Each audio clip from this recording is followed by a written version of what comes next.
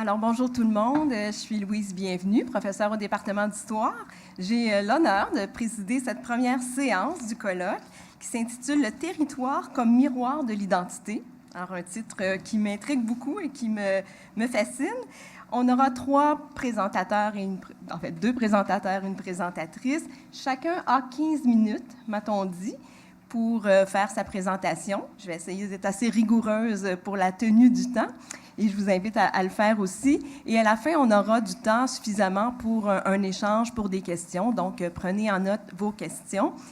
Je vais commencer par vous présenter un premier communicant, donc M. Yannick Pinard, de l'Université de Sherbrooke. Yannick est candidat à la maîtrise en histoire sous la direction d'Harold Bérubé. Et son mémoire qui est en cours d'écriture s'intitule « La criminalité dans le cinéma québécois », la période 1967-2017, et ses recherches s'intéressent principalement au cinéma québécois et aux représentations de la criminalité. Alors, Yannick, tu présentes un propos aujourd'hui qui s'intitule « Comment la naissance du quartier Petite-Italie de Montréal bonifie la culture alimentaire québécoise 1880-1960 ». Nous t'écoutons. Merci, Madame Bienvenue.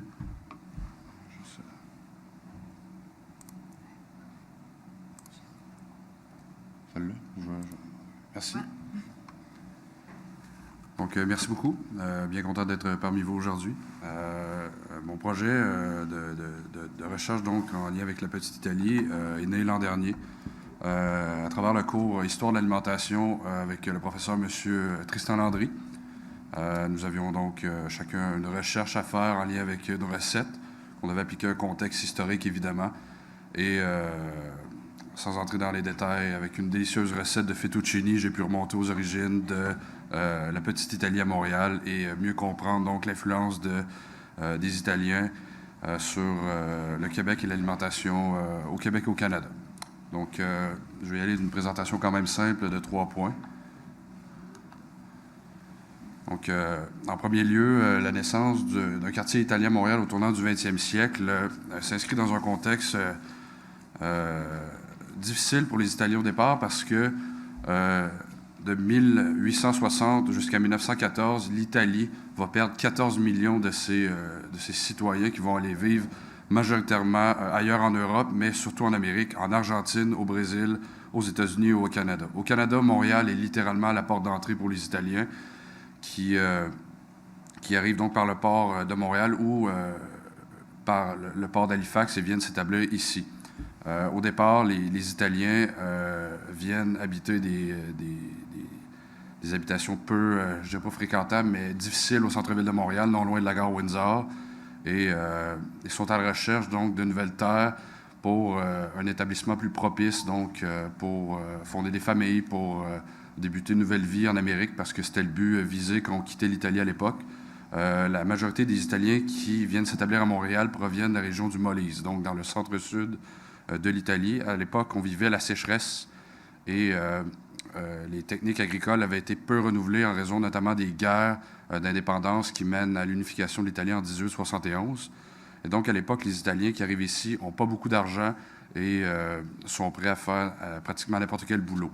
Malheureusement, ça va tomber dans les mains de personnages peu recommandables, alors qu'un Italien lui-même va être engagé par le Canadien Pacifique, qui à l'époque recherche de la main-d'œuvre bon marché pour les chemins de fer de l'Ouest.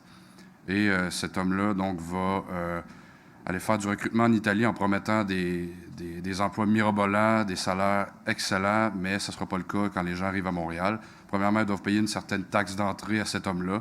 Puis finalement, ils ne voient jamais l'opportunité arriver à bout de chemin. Donc les Italiens qui arrivent ici sont généralement pauvres et sont déçus quand ils arrivent à Montréal. Donc, les travaux de l'historien québécois Bruno Ramirez ont montré qu'en 1871, à Montréal, on comptait 107 000 personnes et parmi celles-ci, déjà 50 familles italiennes étaient ici.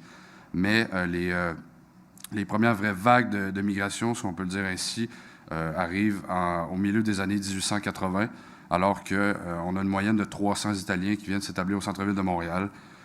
Puis, une dizaine d'années plus tard, au début du 20e siècle, on va parler de 3 à 5 000 Italiens qui vont aller occuper les nouvelles terres du Myland. Ça en fait que le Grand Myland, si on pouvait le dire ici à l'époque, c'était une grande campagne. Donc, pour ceux qui sont un peu familiers avec l'endroit aujourd'hui, si on parle du parc Jarry, proche non loin de Villeray, c'était une grande campagne à l'époque. Ça a déjà été aussi donc, à l'époque, c'était un terrain de crosse, le sport de crosse, des Shamrocks.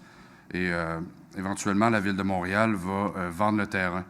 Donc, les Italiens vont s'établir dans cette portion-là, alors qu'à l'époque, il n'y a pas vraiment de nom. On ne parle pas de Petite Italie, on est vraiment dans le Myland. Et ce qui fait la particularité de ce coin-là, c'est que les terres sont bonnes. On est vraiment... on est non loin du Saint-Laurent. Les terres de Montréal sont très fertiles pour l'agriculture et rapidement, les Italiens vont le comprendre. Donc, la caractéristique principale qui va différencier les Italiens des Québécois à l'époque, bon, c'est que les deux, ils sont catholiques. Les deux sont très pauvres, généralement. Et ce qui va différencier, c'est que les Italiens vont prendre possession d'un terrain. Donc, eux vont devenir propriétaires, vont bâtir eux-mêmes leur maison et vont faire leur propre jardin. D'où le lien avec l'alimentation aujourd'hui, c'est que les Italiens arrivent avec une différence, c'est qu'ils cultivent, ils vont élever eux-mêmes leur bétail sur ces terres-là. Donc, parmi les photos ici, on va procéder à l'érection d'une première paroisse pour les Italiens au début du 20e siècle, la paroisse Notre-Dame du Mont-Carmel. Et à la droite, vous allez voir la photo, c'est la première usine, en fait, Catelli. Donc, vers la fin du 19e siècle, Carlo Onorato Catelli, qui va franciser son nom pour Charles-Henri Catelli, va fonder une première usine de pâtes, alors que on sait qu'on mangeait déjà des pâtes à cette époque-là sans nécessairement prêter les sauces traditionnelles qu'on connaît aujourd'hui, parce que c'était pas une industrie de masse, si on veut, comme aujourd'hui. Alors, à l'époque, il y avait déjà une usine Catelli dans la Petite Italie, sur la rue Bellechasse, très précisément. Puis, par la suite, c'est vraiment grâce à un événement particulier, ça en fait, grâce à la fondation du marché du Nord, qui était connu à l'époque, qui va devenir finalement le marché Jean Talon, et à l'apparition des premiers cafés de quartier et aux premières épiceries italiennes, que la nourriture italienne va commencer à circuler à Montréal, que ça aura d'abord très bon goût, une très bonne réputation, et que les Italiens vont finalement atteindre ce qu'on appelle l'autarcie, comparativement aux Canadiens français, particulièrement pendant la période de la crise économique des années 30, alors que les Italiens ont déjà des jardins, ont déjà de la nourriture, alors qu'ils n'ont pas besoin d'aller chercher l'aide, par exemple, des soupes populaires, contrairement aux Canadiens français. Je ne dirais pas que c'est tous les Italiens, évidemment, il y a des gens qui vont vivre quand même dans la pauvreté, mais dans une bonne partie, les Italiens ont déjà une abondance alimentaire de ce côté-là. Donc, on arrive au début des années 30, alors que donc, la crise économique bat son plein aux États-Unis et au Canada. Dans la petite Italie, donc, on a un témoignage rapporté par l'historien Bruno Ramirez sur un homme qui s'appelle Vincenzo Monaco. Je vous lis un extrait.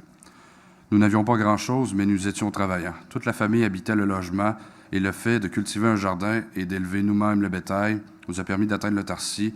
Et nous n'étions donc pas très riches, mais nous n'étions pas particulièrement pauvres. » Donc, ce qui est éloquent de ce que M. Ramirez rapporte de ce témoignage, c'est que les Italiens, donc, vont souvent donc acheter des maisons avec la famille, vont louer des pensions, puis à travers même leur commerce à travers même leur bâtiment, vont ériger un commerce, donc des façades.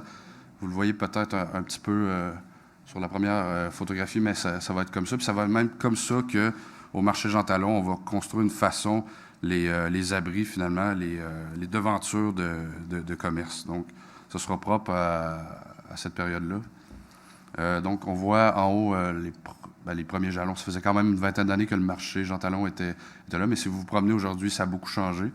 En dessous, on voit le parc Jarry. À l'époque, c'était une grande campagne, c'était un grand terrain. Puis, on note que le petit gibier est abondant et les fruits et légumes également. Donc, quand les Italiens arrivent ici, il y a une bonne manne. Donc, c'est bon pour eux et ils savent rapidement en tirer profit. Ça va mener, en fait, ce bon essor-là, en fait, qu'on compare on peut comparer la situation des Italiens au Canada face à ceux qui vont vivre aux États-Unis différemment.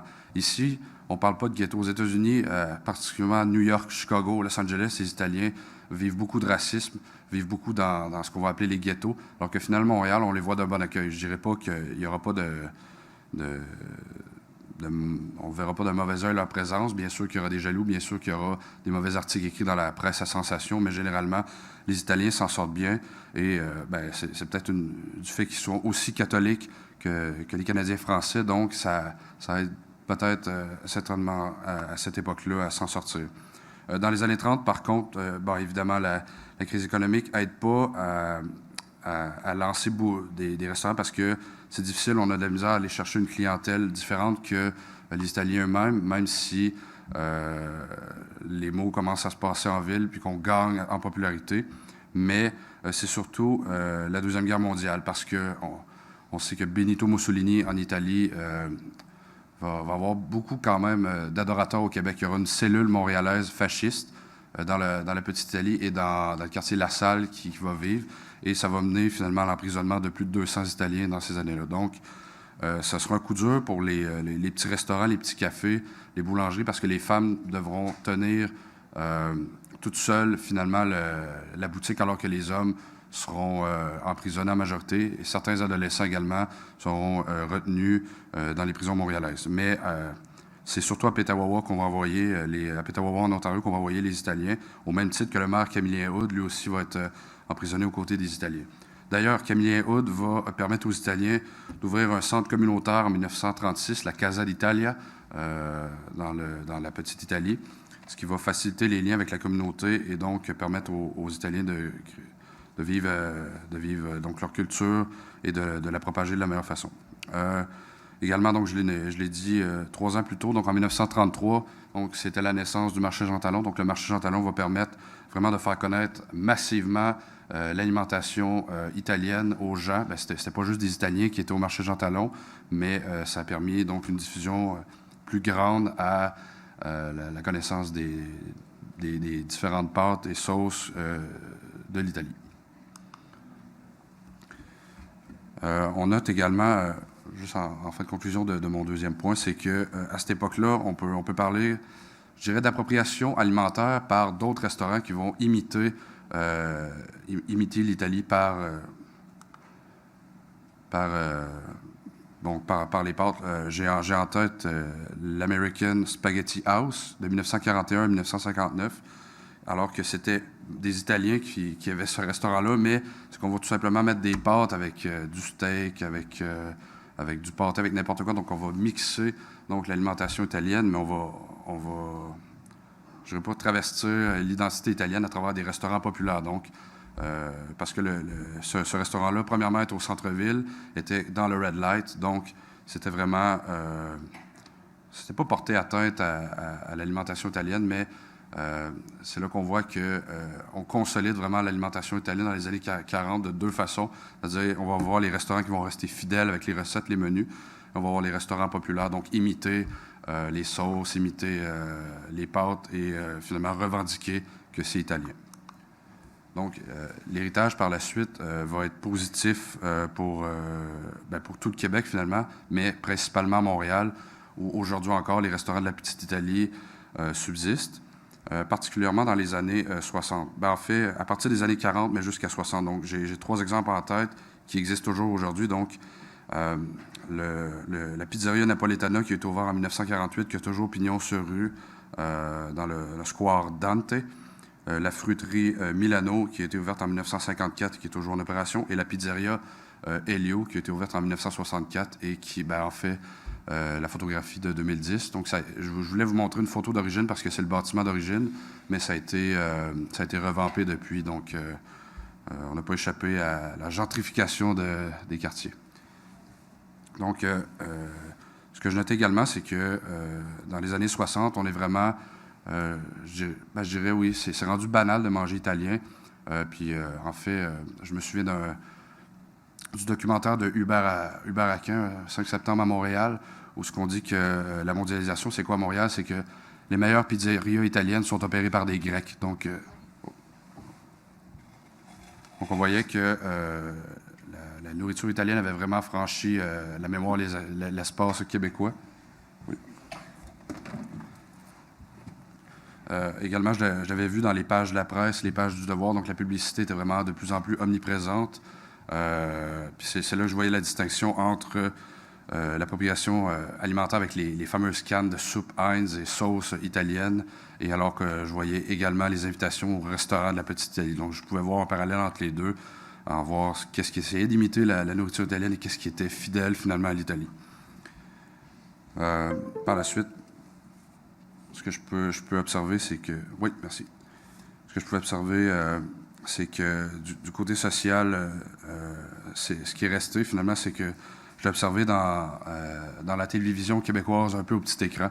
Je l'ai vu dans la série Omerta, dans les films Mambo Italiano, dans le film, les films de Paul Tana à l'époque, Café Italia et La Sarrasine. C'est que la Petite Italie s'est transformée, mais en fait, elle s'est transformée positivement dans un attrait touristique. Aujourd'hui, les Italiens ont massivement quitté la Petite Italie, ont été s'établir Saint-Léonard, Laval, Rivière-des-Prairies, mais le quartier reste toujours italien de par ses devantures de restaurants, de par les célébrations qu'on y fait pendant la Coupe du Monde. On va regarder un match, puis la Petite Italie, finalement, est restée propre à l'Italie. Donc voilà, c'est l'essentiel de ma présentation.